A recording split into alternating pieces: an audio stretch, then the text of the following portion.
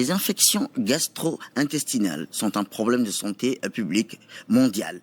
Elles vont du simple mal de ventre aux intoxications alimentaires graves. Elles peuvent gâcher le quotidien et fragiliser la santé sur le long terme.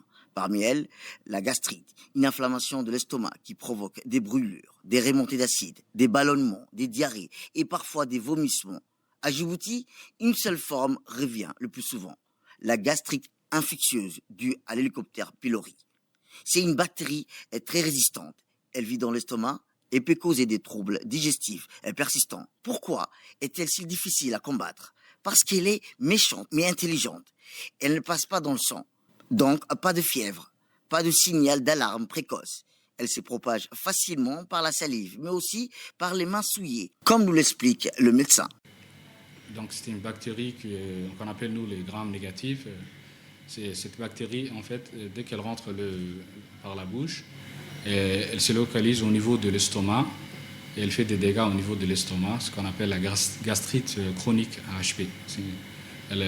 En fait, grâce à ce qu'on appelle les enzymes, l'uréase, il y a aussi elle a beaucoup de capacités pour se protéger contre les défenses de l'hôte.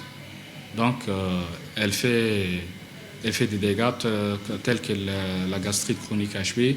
Il y a aussi, elle peut entraîner donc, des brûlures de l'estomac. Donc, les principales modes de découverte, donc les patients viennent nous voir pour un tableau de brûlures de l'estomac. Ils disent j'ai des douleurs de l'estomac, des épigastralgies, ce qu'on appelle nous, épigastralgie, avec ce qu'on appelle aussi la dyspepsie.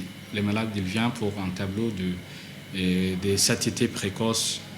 À chaque fois qu'ils mangent, il a l'abdomen qui est ballonné et il ne digère pas bien. En fait, les aliments ne sont pas bien digérés. Donc, c'est ce qu'on appelle la dyspepsie.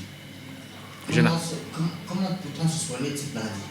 En fait, généralement, les traitements reposent sur nous. Ce qu'on va faire, en fait, dès que les malades viennent pour ces symptômes que j'ai décrits, on va rechercher les bactéries. Soit il y a les méthodes indirectes et il y a les méthodes directes. Les gold standards, c'est les méthodes directes. C'est de faire une fibroscopie pour les malades, fibroscopie œsogastro-duodénale, et prendre des biopsies, prendre un petit fragment au niveau de l'estomac et l'analyser, l'envoyer à la médecin anatomopathologiste. Et donc, il va nous dire s'il y a l'Helicobacter pylori ou pas. Il y a aussi les méthodes indirectes. Il y a ce qu'on appelle les tests respiratoires aérés.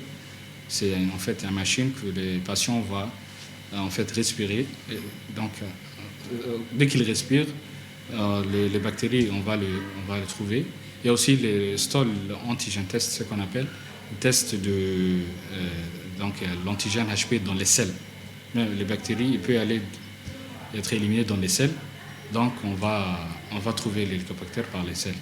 Donc, grâce à ces méthodes, les malades reviennent nous voir avec les résultats de l'Helicobacter pylori. Et les traitements, on va démarrer les traitements. Il faut l'éradiquer. Il est obligatoire d'éradiquer l'Helicobacter pylori. J'ai remarqué que les Djiboutiens utilisent l'oméprazole, ou ce qu'on appelle l'inexium ou les oméprazoles, de façon chronique. Il y a des malades qui s'automédiquent, surtout les inhibiteurs de la pompe à proton.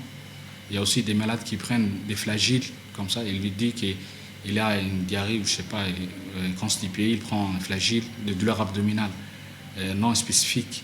Il prend des flagyles. Donc c'est pas bien de prendre à long terme, surtout les inhibiteurs de la pompe à proton, les oméprazoles.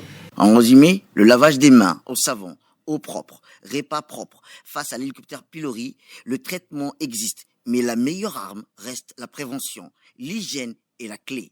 Si se laver les mains, laver les aliments, boire de l'eau propre, quelques gestes simples peuvent être la différence. Car la santé de votre estomac commence par la propreté de vos mains.